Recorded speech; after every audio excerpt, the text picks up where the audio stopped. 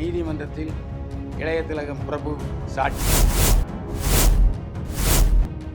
கருப்பை புற்றுநோய் குறித்த சந்தேகங்களுக்கான தங்கம் ஹோப்பை இலவசமாய் அணுகுங்கள். என்னை வாழ வைத்துக் கொண்டிருக்கும் யூடியூப் சேனல் நேயர்களுக்கு நன்றியும் வணக்கம்.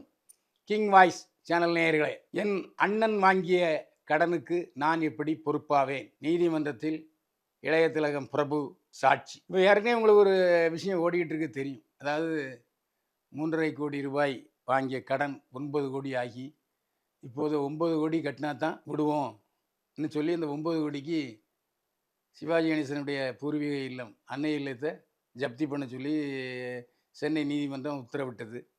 அப்புறம் உடனே பிரபு பதில் மனு தாக்கல் செய்தார். அந்த அன்னை இல்லத்துக்கும் எங்கள் அண்ணன் ராம்குமாருக்கு எந்தவித தொடர்பும் இல்லை. அன்னை இல்லத்துடைய முழு உரிமையாளர் நான் தான். அதாவது இளைய திலகம் பிறகு என்று கொடுத்தாரு. இதையொட்டி அந்த கேஸு ஜப்தி நோட்டீஸ் வாபஸ் பெறப்பட்டது. தொடர்ந்து கேஸ் நடந்தது. இப்போ இந்த கேஸு கோர்ட்டுக்கு வந்திருக்கு. அப்போ கோர்ட்டுக்கு வந்த உடனே நீதிபதி முகமது குத்தூஸ் என்ன சொன்னார்னா, தம்பி பிரபு, நீங்கள் 2 பேரும் அண்ணன் தம்பி தான், ராம்குமாரும் பிரபு அண்ணன் தம்பி. நீங்கள் அந்த கடனை செலுத்திட்டு அதுக்கப்புறம் அந்த ரூபாயை உங்கள் அண்ணன்ட்ட வாங்கிக்கலாம் இல்லையா அப்படி என்று ஒரு ஆலோசனை சொன்னார். இது இயல்பா எல்லாரும் சொல்கிறது தான். உடனே அதற்கு பிரபுடைய வக்கீல் நீதிமன்றத்தில் என்ன பதில் சொல்லியிருக்காருன்னா, சாமி இந்த ஒரு கடன் மட்டுமல்ல, எங்கள் அண்ணன் நிறைய இடத்துல கடன் வாங்கியிருக்காரு, இன்னும் யார் யாருக்கு கடன் கொடுக்கணுங்கிறது தெரியாது. இப்படிப்பட்ட சூழ்நிலையில் நான் என்னுடைய அண்ணன் ராம்குமார் வாங்கிய கடனுக்கு எப்படி பொறுப்பாளியாக முடியும்? நான் என்னுடைய அண்ணன் வாங்கிய கடனுக்கு நான் பொறுப்பாளி ஆக மாட்டேன். அவர் நிறைய கடன் வச்சிருக்கதா தெரியுது. இந்த சமயத்தில் நான் ரிஸ்க் எடுக்க விரும்பலை என்று கோர்ட்டில் பதில் சொல்லியிருக்கிறார் இளைய திலகம் பிரபு. இது இளைய திலகம் பிரபுவை பொறுத்தவரை சரியான விவாதம்தான். ஏங்க, தாயும் மகனுனாலும் வாயும் வயிறும் வேற. அண்ணன் தம்பியானாலும் அண்ணனுக்கு 2 கை இருக்குது, தம்பிக்கு 2 கை இருக்குது, அண்ணனுக்கு 2 கால் இருக்குது, தம்பிக்கு 2 கால் இருக்குது, அண்ணனுக்கு 2 கண் இருக்குது, தம்பிக்கு 2 கண் இருக்குது, தனித்தனியாக மூளை இருக்குது, தனித்தனியாக எல்லாமே இருக்குது. எனவே உடன் பிறந்தவர்கள் என்று சொன்னால் அன்னை வாங்கின கடன்லாம் எப்படி தம்பி பொறுப்பாக முடியும்? யோசனை பண்ணி பாருங்கள். 2வது, அவங்க அப்பா உயில் எழுதி வச்சிருப்பார். உயிலில் சிவாஜி கணேசனுக்கு 2 மகள்கள் 2 மகன்கள், 4 பேருக்கும் சொத்தை பிரித்து வச்சாச்சு. இடையில தகராறு வந்துச்சு, கோர்ட்டு கேஸ் வந்துச்சு. இளைய திலகம் மீது அவருடைய சகோதரிகள் புகார் கொடுத்தார்கள்.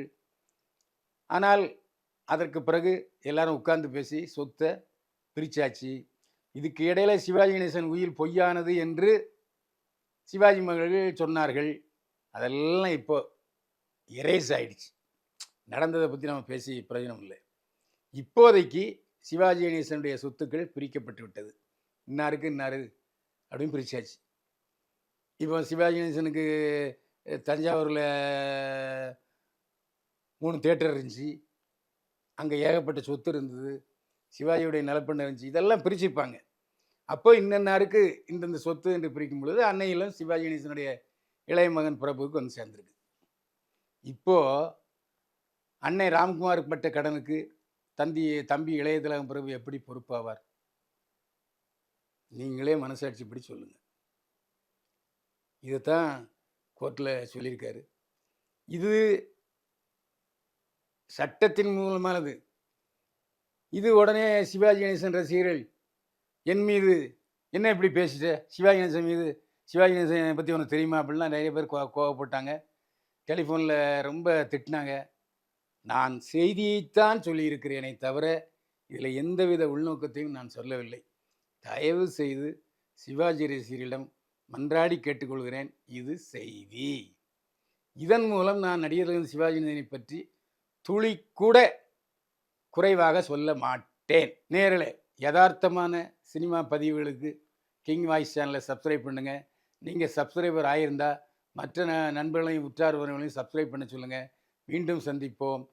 வாழ்க வளமுடன். கருப்பை புற்றுநோய் குறித்த சந்தேகங்களுக்கான தங்கம் ஹோப்பை இலவசமாய் அணுகுங்கள்.